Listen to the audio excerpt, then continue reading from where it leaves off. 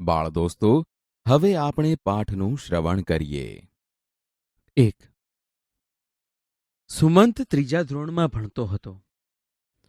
બપોરની રિસેસ પૂરી થઈ અને બધા છોકરાઓ ધક્કાધક્કી કરતા વર્ગમાં દોડી ગયા. સુમંતને ધક્કો વાગ્યો અને એ ટેબલ સાથે અથડાયો. ટેબલ પર મૂકેલો શાહીનો ખડીયો પડી ગયો અને ફૂટી ગયો. શિક્ષક બહુ કડક હતા. એમણે ફૂટેલો ખડીયો અને જમીન પર ઢોળાયેલા શાહી જોયા. તે એકદમ ગુસ્સે થઈ તોફાની રામુ તરફ જોઈ બોલ્યા, "આ કોનું કામ છે?" વર્ગ આખો શાંત. ન કોઈ બોલે કે ચાલે. સુમંત ધીરેથી ઊભો થયો અને બોલ્યો, "સાહેબ, મારાથી એ ખડીયો ફૂટી ગયો છે. હું ગુનેગાર છું." શિક્ષક સાચા બોલા નીડર છોકરા તરફ જોઈ રહ્યા. 2. પંકજ બજારમાં શાક લેવા ગયો. દૂધી 20 રૂપિયે કિલોગ્રામ હતી. તેણે અડધો કિલો દૂધી લીધી અને શાકવાળાને 20 રૂપિયા આપ્યા. શાકવાળાએ બાકીના પૈસા પાછા આપ્યા. તે લઈ પંકજે ચાલવા માંડ્યું. રસ્તે ઊભા રહી એણે પૈસા ગણ્યા તો 15 રૂપિયા થયા. શાકવાળાએ ભૂલથી 5 રૂપિયા વધારે આપ્યા હતા. પંકજ તરત જ પાછો ફર્યો. તેણે શાકવાળાને કહ્યું, "ભાઈ, તમે મને 5 રૂપિયા વધારે આપ્યા છે.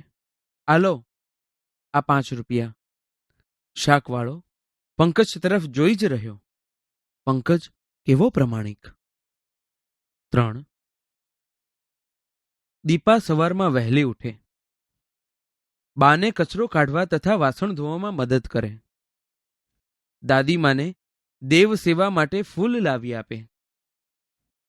નાહી ધોઈ પોતાના પાઠ વાંચે. નાના ભાઈને પાસે બેસાડી રમાડે અને બાને જરા પણ હેરાન કરવા ન દે. દીપા કેવી કામગરી. 4. અશ્વિન બજારને રસ્તે જતો હતો. રસ્તા પર ઘોડાગાડી તથા મોટરની ધમાલ હતી. એક અંધ માણસ રસ્તાની બીજી બાજુએ જવા માંગતો હતો, પણ ઘોડાગાડી અને મોટરની ધમાલને લીધે જઈ શકતો ન હતો. અશ્વિન તેની પાસે ગયો. તેણે તેનો હાથ પકડ્યો અને ધીરે ધીરે રસ્તાની બીજી બાજુએ મૂકી આવ્યો. અશ્વિન કેવો દયાળુ. 5. ખુશાલીની બેનપણી પૂજાની વર્ષગાંઠ હતી. 5-7 બેનપણીઓ ભેગી થઈ હતી.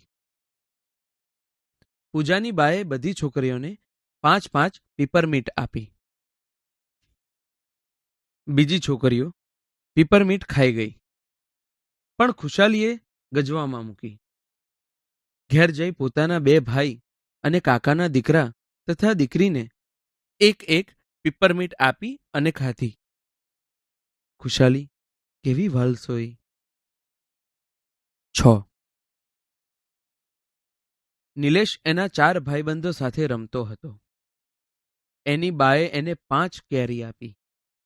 નિલેશે 4 ભાઈબંધોને 1-1 કેરી આપી અને 5મી કેરી પોતાને માટે રાખી.